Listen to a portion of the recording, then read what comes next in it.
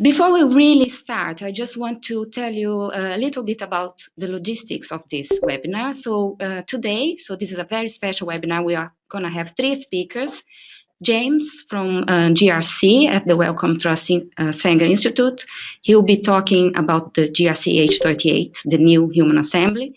And then Carlos will come on to explain with more details how the Ensembl gene build team went on about annotating the human genes on this new assembly. And then I'll finish off this webinar highlighting a few other data types, a few other new data types that are available for this recent human assembly. We have muted all microphones, and you are free and more than welcome to ask any questions throughout this webinar. Just fill this chatting box. Please address the question to everyone. And one of my colleagues here in this room now, this training room, they will be able to answer that question for you. So please feel free to ask at any time during this talk. So the topics today will be on the new assembly, and then we'll move on to genes built on this new assembly in human, and then I'll come back with additional new data on GRCh38. So I'm going to hand on now to my colleague, James Torrance.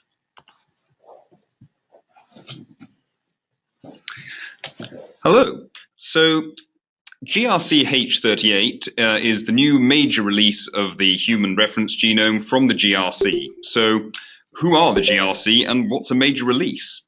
So the Genome Reference Consortium is an international collaboration between multiple institutes which aims to produce the best possible reference sequence for the human and also the mouse and zebrafish genomes. So we include in the United States, the NCBI and the Genome Institute at Washington University, and here in Hinxton, the EBI, and also the Sanger Institute, where I'm based.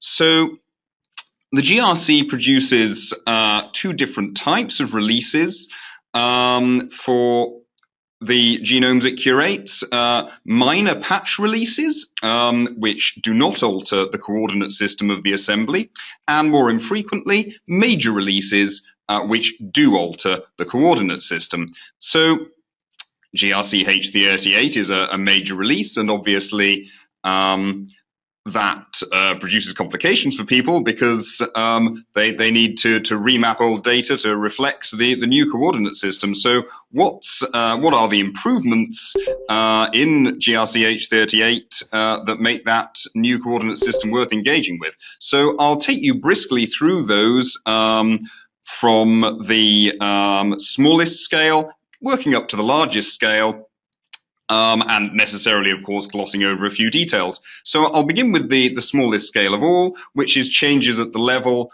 of individual bases. So a lot of the data from that has come from the 1000 Genomes project.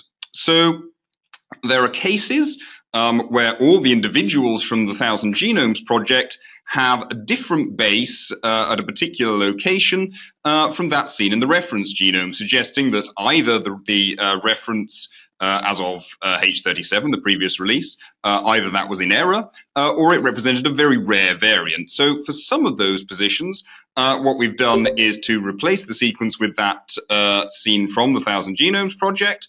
And the way that we've done that is to take reads from the 1000 Genomes project, assemble those into a short mini config of a few hundred base pairs, and put that in as the replacement sequence in the assembly. So we've done that for over 6,000 single nucleotide variant differences, also for over 400 short insertions and over 900 short deletions. And there's a further 350 odd cases where the version that was seen, previously seen in the reference sequence, did occur in the 1000 genome sequence, but at a very low frequency, and where that difference also affected the coding sequence of a gene. Finally, we've also made a number of these sort of small sequence corrections in response to specific requests from annotators and clinicians. So at a slightly larger scale, what we've done is to rearrange and replace a number of clone scale components. In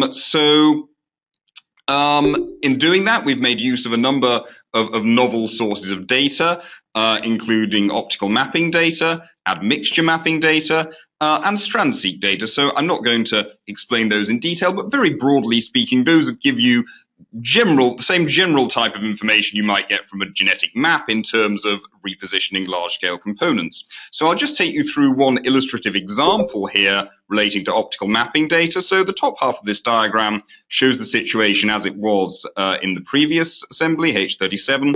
In blue here, you've got this particular succession of clones in one location.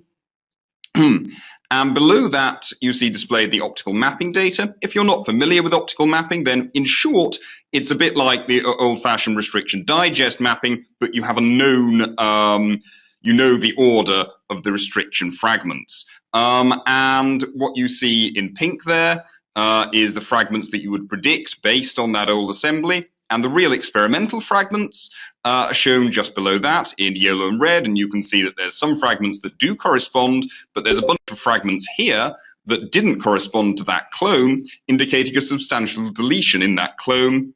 And in H38, it's been replaced with a different clone that has that missing sequence. So at a larger scale yet, there are some substantial areas of the genome where we have completely replaced a whole series of clones with ones from a different library. And one reason that we might want to do that is that the reference genome is composed of clones derived from a number of different haplotypes.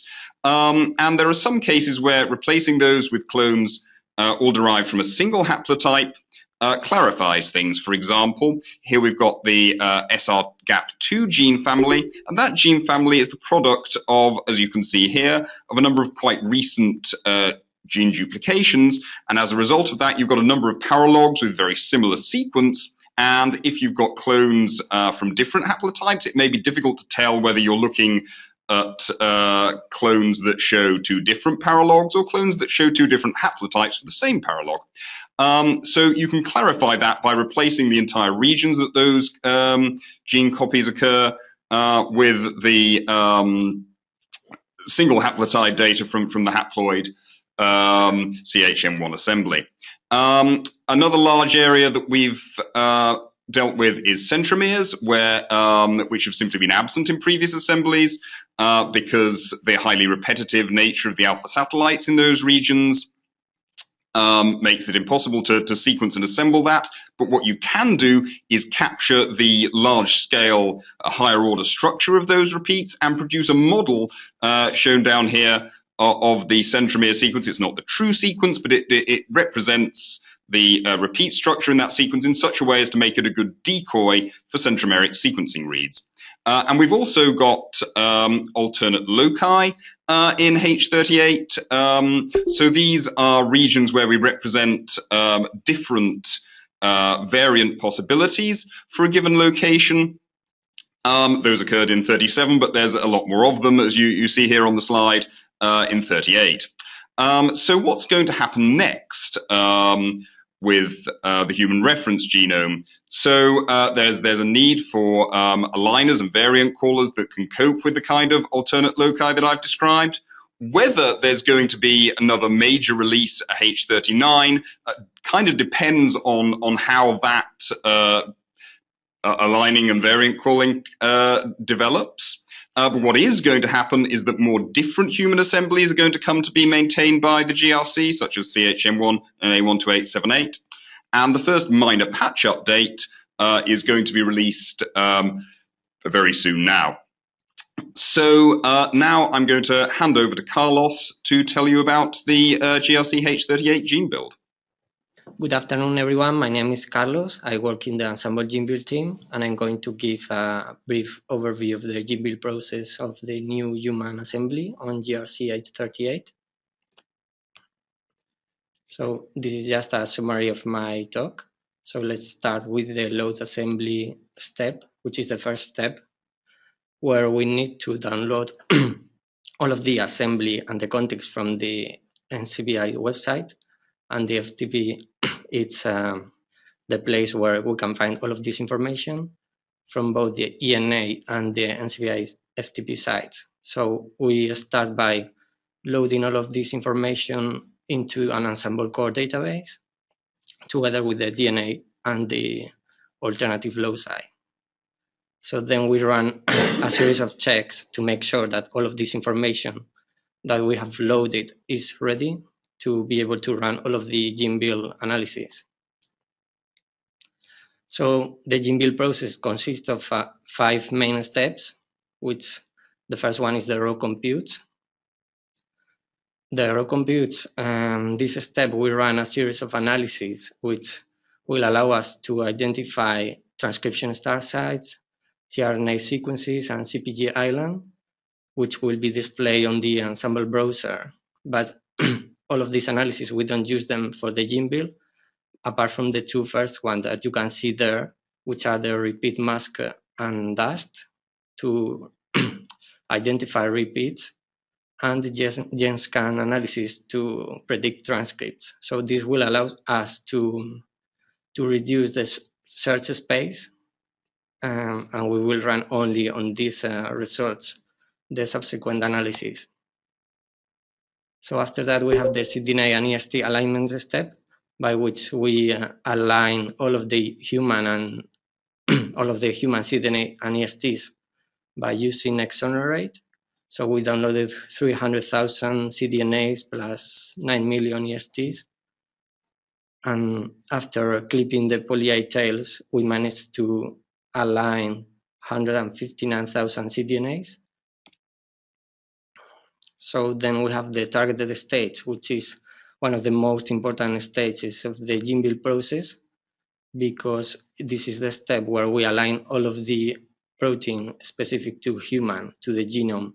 So we downloaded all of the UniProt proteins and RefSeq proteins, which is around 100,000 proteins in total. And then, but we filter out the fragments because we only want to keep the highest quality set of proteins to align to the genome. So we filter out the fragments, and we only want to keep all of the protein sequences whose length is above 15 amino acids, and we set the protein evidence levels for the UniProt proteins to be just 1 and 2 levels. After that, we filter out more proteins because we don't want to keep the NIDOS nor the genoscope, because this could lead to poor quality alignments. So we don't want to build any models from these proteins. So at the end, we had 74,000 proteins, which will allow us to be used for the alignment step by using pmatch. And on the other hand, we always use cDNAs to not only to support the gene models, but also to build new models from annotated cDNAs. This is the cDNAs where we have a start and an end position defined for the coding sequence. So we managed to use 100,000 annotated cDNAs for this. So we used different flavors of GenWise plus Exonerate to align and build the coding models by using all of these proteins and cDNAs, and then we use an in-house module to choose the best model from these alignments. So at the end of this stage, we got 131,000 models, transcript models, which will be used as input in the following step, the UTR addition step, which is a step where we align all of these cDNAs plus the transcript models together to extend the transcript model with the UTR region. And then there is one more final step, which is the gene builder module, where we take as input all of the output from the previous step from the UTR addition, just to collapse down all of the transcript models that are redundant. So we make the final gene set here. And after the gene build process, we still need to run several pipelines, like the pseudogenes pipeline, where we identify 600 pseudogenes. Also, we run the non-coding RNase pipeline, where we import the annotation from our FAN and MyR base. Another important step is the Ensembl Havana merge, where we combine the manual annotation from Havana Tanger with the Ensembl annotation that we have just built. And then we run the stable ID mapping, which will allow us to identify similar genes across different assemblies. And we also add some external references, which will be very valuable for our users to get more information about our annotation. So for the Ensembl Havana merge, we got in this release the Havana database, which is called Vega, which contains 52,000 genes plus the 32,000 genes from Ensembl. So we combine these in Ensembl and we get the GENCODE gene set, which contains 62,000 genes approximately. But this is not the last thing we have available on the website.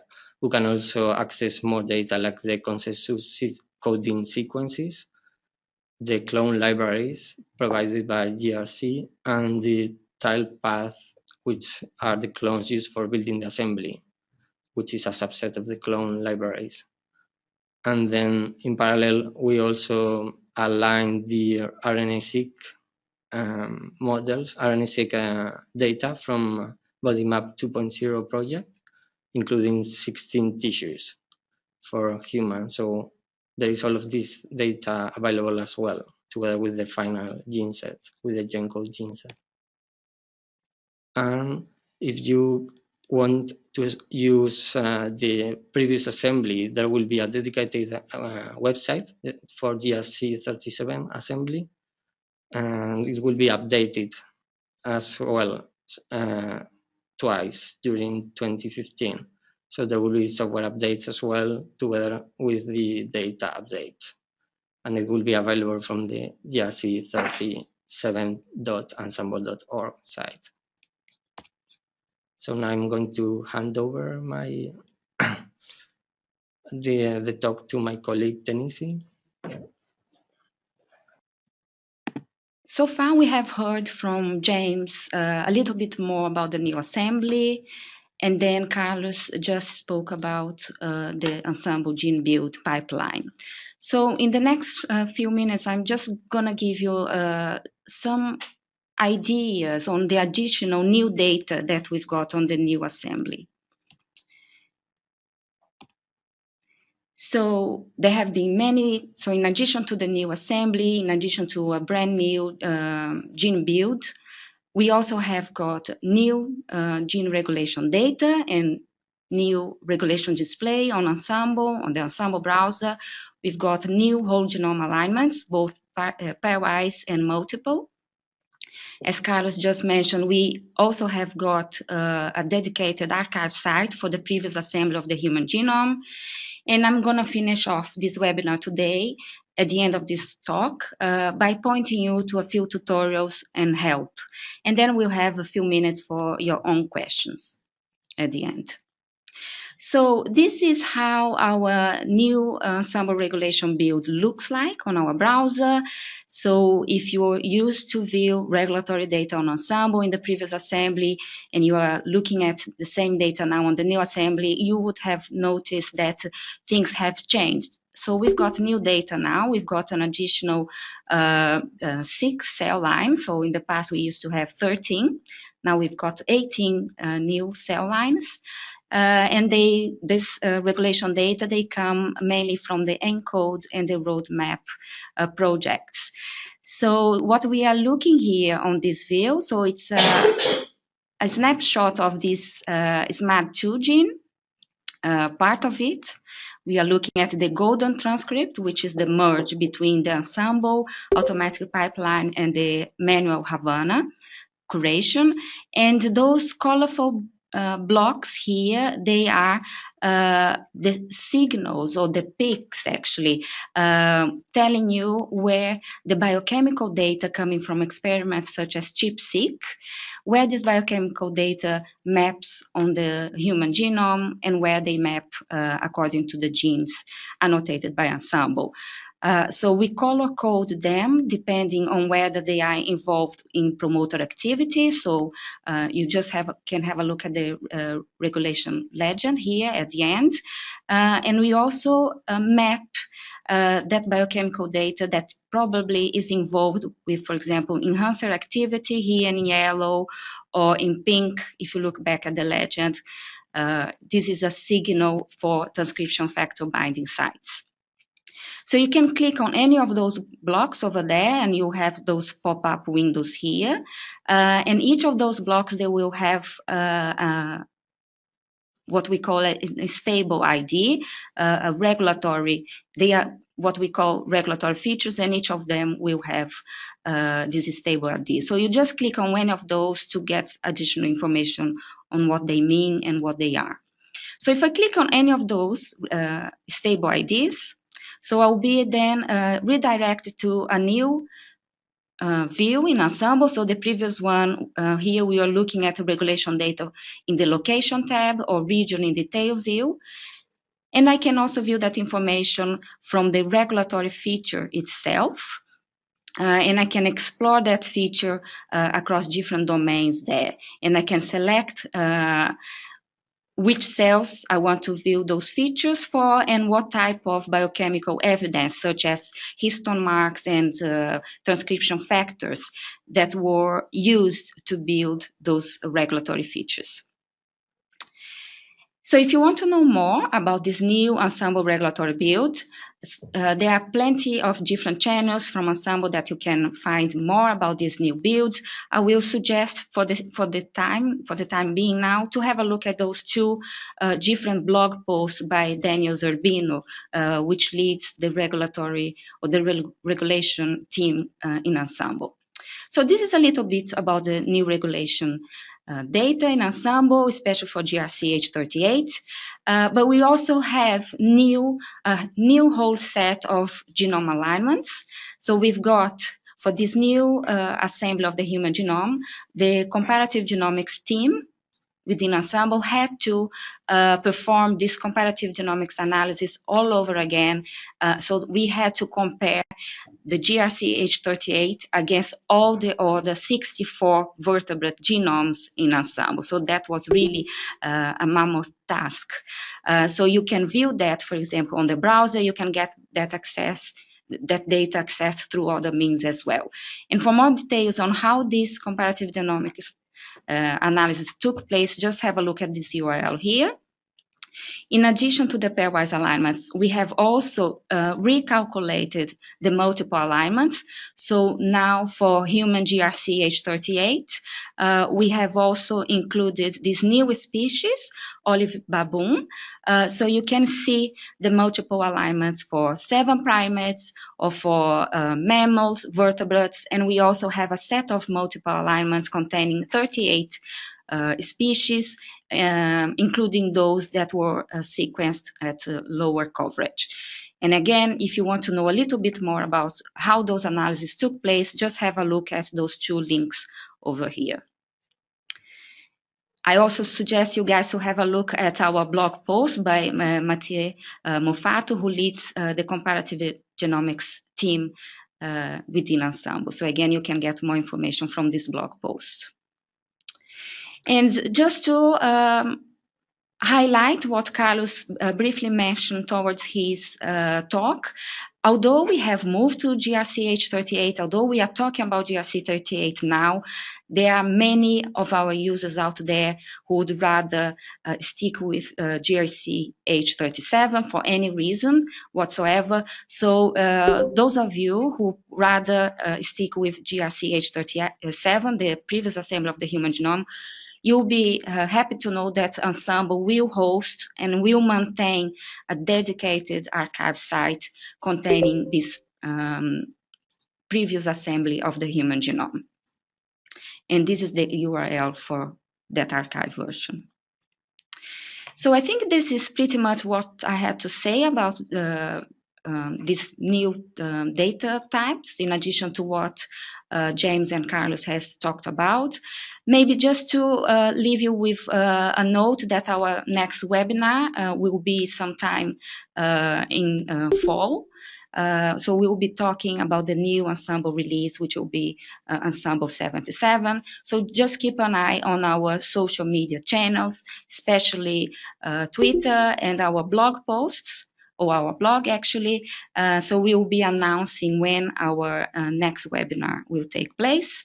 You are more than welcome as well to drop us a line if you want to, if you want us to give you a special date or any other aspects of Ensembl, comments or questions. Just email us to helpdesk@ensembl.org.